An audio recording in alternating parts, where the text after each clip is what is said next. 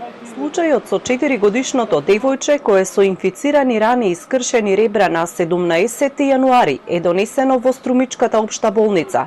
Веднаш бил пријавен во полиција, потврдуваат од СВР Струмица. Поради тешката состојба во која се наоѓало девојчето, истиот ден е префрлено на клиниките Мајка Тереза во Скопје.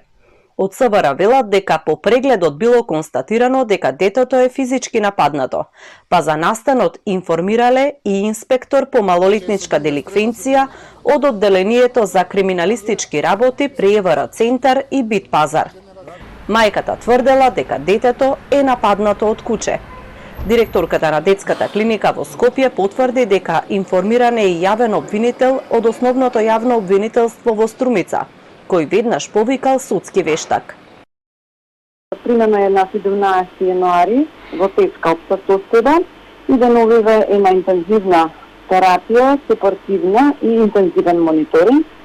Се води конзилијарно со повеќе специјалисти од клиниката, секако се вклучени и колегите од детска хирургија и клиниката за инфекцивни болести и фебрилни состојби и во моментот неговата состојба е стабилна, односно со стабилни витални параметри.